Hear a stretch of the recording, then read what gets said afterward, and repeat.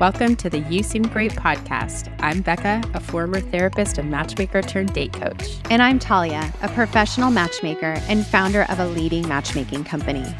Together, we have helped hundreds of singles find love. We're here to share our expert tips and tricks to help you find and keep love too. Hi, everyone. Welcome back to the You Seem Great podcast. Today, we're discussing ways to identify compatibility. We are pros at this in the matchmaking and coaching space, so we are going to share our nuggets of knowledge. But I have to tell you, I finally got hit on, and it was aggressive, and I did not like it. Interesting. I need more details. Okay. Who was it? So it was the end of my workday. I was taking a little walk around the neighborhood before I had to be like a mom, which, I had to clear my head, get into a different mode. I'm walking, and this guy is walking past me. And I did notice him, and I was like, I don't know. There was something where I was like, I'm just noticing you. And he passes me and then grabs my hand. Ooh. No, that's not okay. Yeah, it wasn't like too aggressive. It didn't feel like violating, but he, give me your hand, was like, hey, like kind of just like quickly like wanted me to notice. And he's like, hey, and then held my hand. And I was like, you're beautiful. And I was like, thanks. I know. And he's like, can I take you out sometime? And I said, well, the hand you're holding has a ring and I'm going home to my 2 children. So thanks. Have a good day. And I just like went on my way. Wow. But I had like envisioned, like, I want to get hit on. I want to feel like I don't look like a mom of 2. Yes. Like I want to still have that. And then it happened and I felt weird. But I think if he didn't grab my hand, I would have felt more receptive to it. Could not agree more. If he's like, hi, you're beautiful. I'm so sorry to interrupt your nightly walk. Are you single? Yeah. He would have been so flattered. Yeah. Because initially it was like jarring of like, why is he holding me? Well, being any random man holding you, that's scary. Yeah. I think that like did it in for me. But I have to say, props to him. He was just seeing a woman walk down the street. And he did it. And then when I said I'm married with kids, he said, oh, have a great night. He was respectful about it. But yeah, don't grab hands. Exactly. If you're listening to the podcast, you're almost there. Yeah. Good for you for hitting on Becca, but no touching. Yes. No touching. Yeah. But it happened. Well, I'm shocked you do not get hit on every single day of your life. I either am not hit onable or I give hardcore don't talk to me vibes. I've been told by my friend group I kind of give those vibes, unfortunately, just because I'm a little shy. Mm-hmm. And shyness can come across as guardedness, reservedness. So I do think that I maybe accidentally come across a little closed off despite me telling tons of people to open up. But I try to work on it. I will go to places alone on purpose and like sit open and like try to chat it up with people so that I'm practicing what I preach. But I think my general like homeostasis is kind of like a little more reserved. I'm just shy. I'm shy at heart. I was a shy kid. Well, I think that shows that if you are interested in someone and they do seem a little bit closed off, it doesn't necessarily mean they're not interested in you. It might be that they're shy. Yes. So shoot your shot. Yeah. Yeah. I just still have that shy little Becca in me, that I have to override when I go out. Okay. Actually, that leads perfectly into this topic because we're talking about identifying compatibility. And what most singles do is go about their life hoping to be hit on, hoping that they're going to meet their soulmate on a walk and everything is going to be perfect. Sparks are going to fly. And while that spark is the most fun thing ever, I think that's the only thing I miss about being single is the spark when you meet someone and it's like game on. Yeah. That is the most fun thing ever. However, it does not equal compatibility. So we can't bank on the approach that we're going to meet our perfect person out and about, have the spark, and everything is going to align. So we need another plan on how to identify compatibility. So the people that come to work with us as a matchmaker and a coach, they are one step ahead. Like they are coming to us because they want to date intentionally. They're looking for something serious. But even they don't have all the answers on how to identify compatibility. Like when we're asking, what are you looking for? Usually they're saying kind and thoughtful and attractive. And kind, loyal, trustworthy, funny. Always. Always. And it's like, what does that mean? No one would self-report themselves to be unkind, not funny, not loyal. Yes, like those are all great qualities. Yeah. But you have to go a step deeper to really figure out who's your compatible match. So as a matchmaker, I've spent the last 16 years interviewing singles. I've interviewed literally thousands and thousands of singles. This is all I do all day long. So we are going to go through the process of how we identify compatibility and just give you a few tools so you can do this on your own. So the first thing that we do is we come up with a list of must-haves and deal breakers. And we allow our clients to have 3 must-haves and 3 deal breakers. And what this is baseline criteria. What are absolute non-negotiables? You cannot live without these things. And these are more concrete. So it's not personality or core values.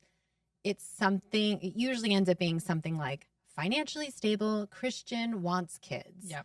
Or healthy, active lifestyle, Democrat, wants to live in the city, like something like that. Yeah. It can vary based on age. Like, do you notice that? I do feel, well, yeah, obviously the people in the 30s, it's very much dependent on kids and it's pretty rigid. There's like a set idea of what they want the next chapter of life to look like. Mm-hmm. Sometimes people post-divorce have a little bit more flexibility on that. They're like, I don't know, I'm open. I just want to meet someone who's like kind and doesn't have the qualities of my ex. Yes. And then later on in life, like, you start dating in 60s, 70s, it's a lot more about companionship in the way that you still live life. So like active, still engages in activities, still wants to travel. It's a lot about that. Lifestyle. So I do feel like the most rigid time of the must-have deal breaker phase is the 30s for people who want family. Yes. Because there's such a set idea of what they want family to look like at that point. Completely agree. Yeah. On that subject, I'm noticing people more and more don't want a family. So that also goes into the must-have deal breakers that definitely don't want kids in their 30s. Yeah. Okay. So that's step 1. Step 2, do you have more to add on step 1? Well, I was just thinking, how can you help someone identify those? What's the difference between a deal breaker must-have category versus like something that's just a preference? Yes. Okay. So that's actually the next step is okay. nice to haves. And these are preferences. And you can list as many as you want. You can have 10 pages of nice to haves. So this can be witty or likes board games or loves Adam Sandler movies. Yes, exactly. Whatever feels nice to have to you. Maybe you're not a planner and it would be nice to have a planner in your life. So go through and list all the nice to haves. And this can be a core values personality. I think a helpful exercise here is to then go back to the list and circle all the things that you are. Just to see, like, are you asking for a lot of what you're not offering? Are you looking for someone generous and witty and all these things, but you're not those things? Yeah. Doesn't really mean anything. I just think it's a helpful exercise to calibrate if you're asking for a lot. Yeah, because you also want to make sure that you are in the best position to attract the type of person you're looking for. Yes. So if you're looking for someone who's super health conscious and really fit, yes, they're likely going to be attracted to someone super health conscious and really fit. That's exactly right. Yeah. Yes. Okay, so that's step 2. Step 3 is the most important. So if you get nothing else from this episode, this is it. Pause, pull over. Stop texting. Stop texting. Listen to this. Yeah. Okay. How do you want to feel around this person? So I find this exercise to be very helpful. Think about how you feel around people that make you feel comfortable and that you're 100% the best version of yourself with. So for me, that's my friends and my family. It might not be for you. So think about who makes you feel the best and start to identify the patterns. So I went through this exercise for me. I am like me, Talia, grounded. I'm calm. I'm chill. I am an extrovert. I love people, but like my natural state is in yoga. When I think about my friends that I've accumulated since high school, and I probably have one very close friend at every stage in life, high school, college, work, whatever, they are all the same. It's the same personality. They are very playful. They're magnetic. They're incredibly warm. They love people. They don't take themselves too seriously. They're almost like pranksters. And I am attracted to that person. In every scenario, I remember saying, like, I'm playing tennis and I see this girl across the way. I'm like, I want to be friends with you. Yeah. So I am drawn to this type of person. They light me up. And what I love about them is they bring out a side of me that's like fun and playful that I don't usually have in my natural state. So they like light me up. They energize me. And then my parents, I love being around my parents, they calm my nervous system. So when I combine how I feel around my friends, how I feel around my parents, what I married was a combination of the two. So why I think this exercise is so helpful, because you might be searching for somebody that's not really who's going to make you feel great. Yeah, it's like a fantasy of someone. Yes. But if you really pick up on who are the people that make you feel amazing, for example, maybe it's your dad. Maybe he's like this kind of nerdy, boring engineer that has dad jokes and calms your nervous system and you love to be around him.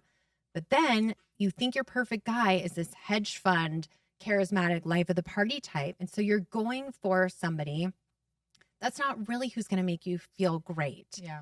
So this exercise is helpful in really assessing who makes you feel wonderful.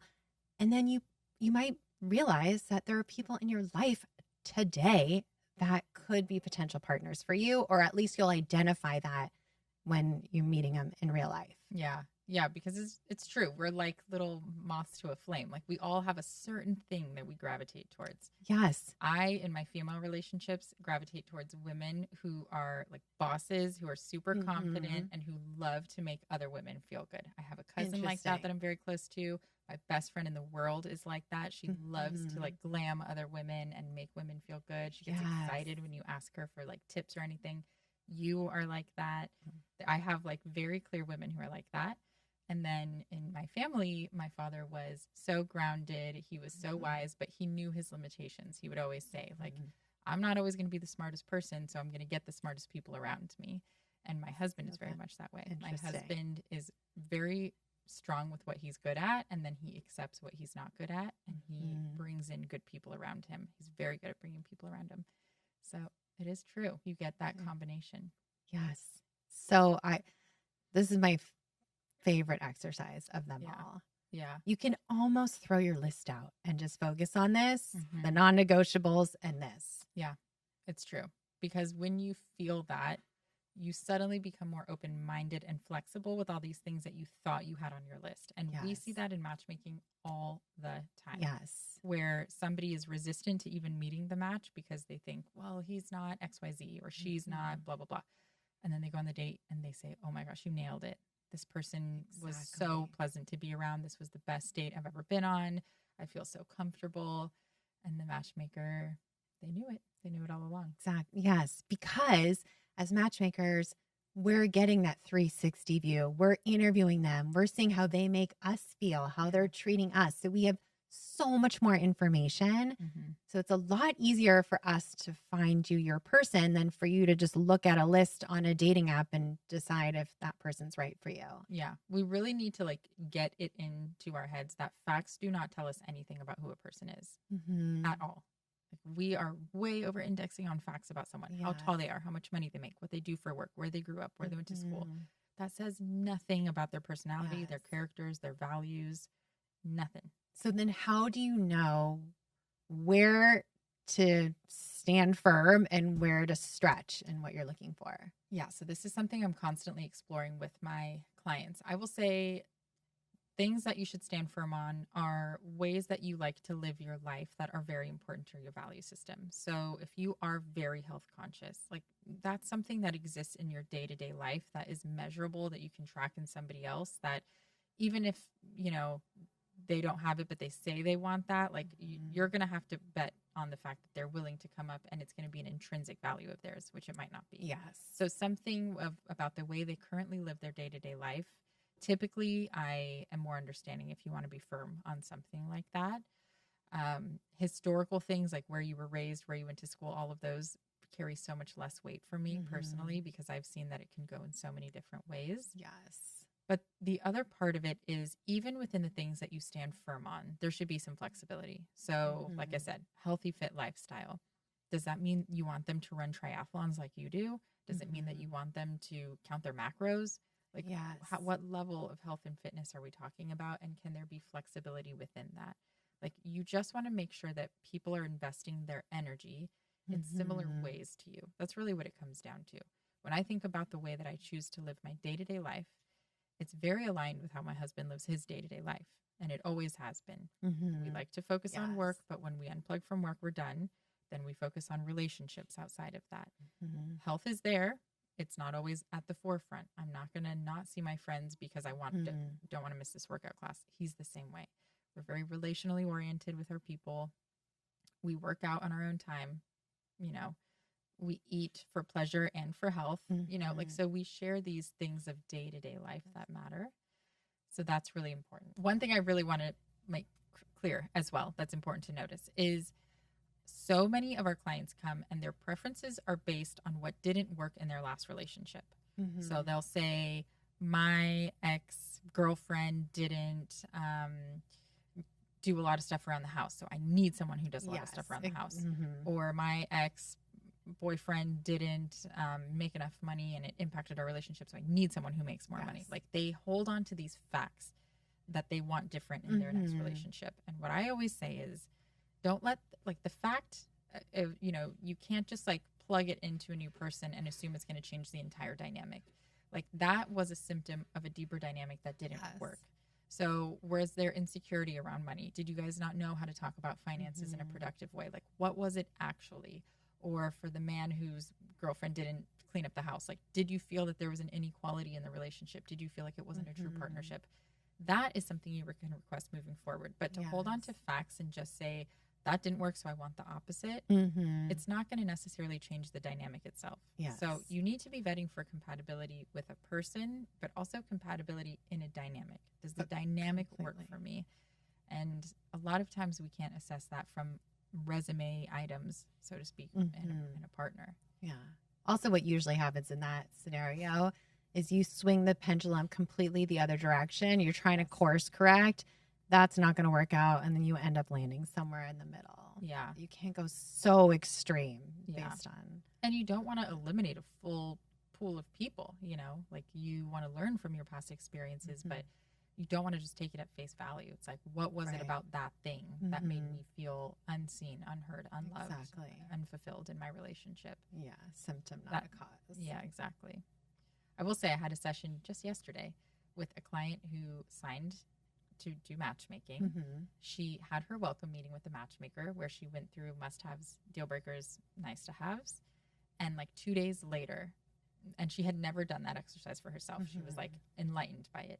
2 days later, met a guy at a bar who had all the must-haves and none of the deal breakers. And she's like, I feel like doing that exercise like manifested this man. I'm telling you. Clear. Yes. And now they're like going on vacations together, living their best life. It's such a real thing to go through. I had this happens all the time. I've talked about it in another episode that people need to pay me $1 million because every time I have this conversation, they meet someone. But this one woman, she went through the whole exercise with me. She said, I've never gone through that exercise. Can you email me everything that I just said to you? I email it back to her. She meets the love of her life. Yes. It's like putting it out in the universe. I know that sounds so woo, but putting it out there, claiming what you're looking for, it will reward you. Yeah. I'm not that woo. Like, I don't necessarily believe in manifesting in that way. Otherwise I'd be like in $1 trillion mansion, like living large. But what I will say is, I think sometimes in dating specifically, we are very much on autopilot.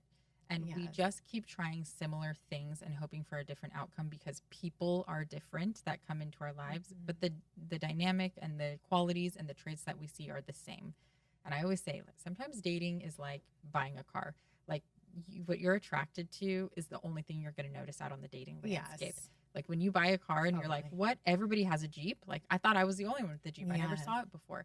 there's something about our brain being so efficient at seeking out what we find familiar and comfortable that happens in the dating scene more often than you think. So when we are on autopilot and we're just going after what feels natural, we're probably doing the same thing over and over again and being like, why isn't this working? But this exercise causes you to really break it down and think about it methodically, so that you can just have a different like lens through which to see people when you are going out and dating. Yes. You can be like, oh, wow, this guy is a vibe. But I did say that my must-have was wants kids, is intentional about dating. Maybe this isn't the best one. Right. Exactly. And don't think you're going to change anyone because you're not. So it's part woo, but part actually it works.